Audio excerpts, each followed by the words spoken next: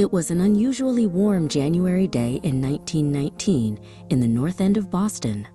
12-year-old Silas and his younger sister, Elena, were walking down Commercial Street. The sun felt good on their faces, a rare treat in the middle of winter. They were heading toward the docks to watch the giant ships come in, unaware that the air was about to change. As they neared the Purity Distilling Company, a shadow loomed over them. It was the giant steel tank, 50 feet tall and filled to the brim with millions of gallons of thick, dark molasses. Silas stopped and frowned.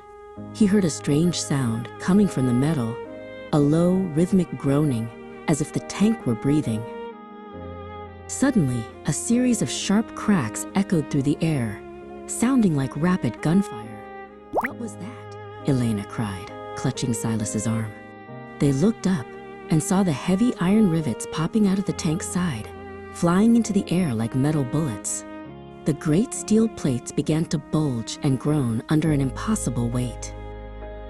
With a roar that shook the very ground, the tank burst open.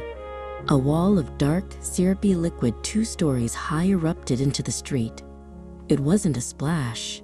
It was a mountain of brown goo, moving faster than a galloping horse. The sticky death had been unleashed, and it was heading straight for the heart of the city. "Run, Elena, run!" Silas screamed. He grabbed her hand and pulled her toward an alleyway. The air suddenly smelled cloyingly sweet, a scent so thick it was hard to breathe. The roar of the wave behind them drowned out the sounds of the city as it smashed through wooden buildings and overturned freight cars. The wave caught up to them at the corner. It wasn't like water. It was heavy and viscous. It knocked Silas off his feet, and he felt the warm, sticky liquid rise up to his waist. It pulled at his legs like quicksand, making every movement feel like he was pushing through wet cement.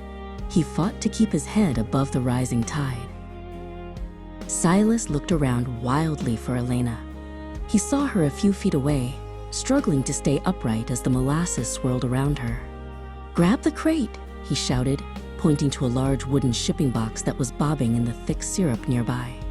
He lunged through the sludge toward her, his muscles aching from the effort. Together, they scrambled onto the top of the crate. From their tiny wooden island, they watched in horror as the wave continued its path of destruction. The street was a river of brown. Carts were smashed, and the elevated train tracks above them were splattered with the sticky mess.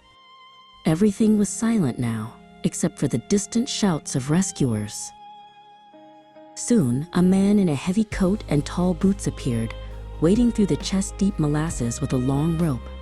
It was a local firefighter, his face grim but determined.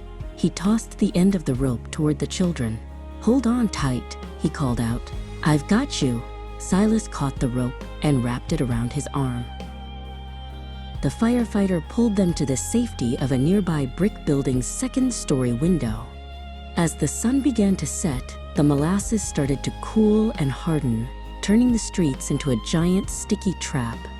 Silas and Elena were safe, but they would never forget the day the world turned sweet and deadly.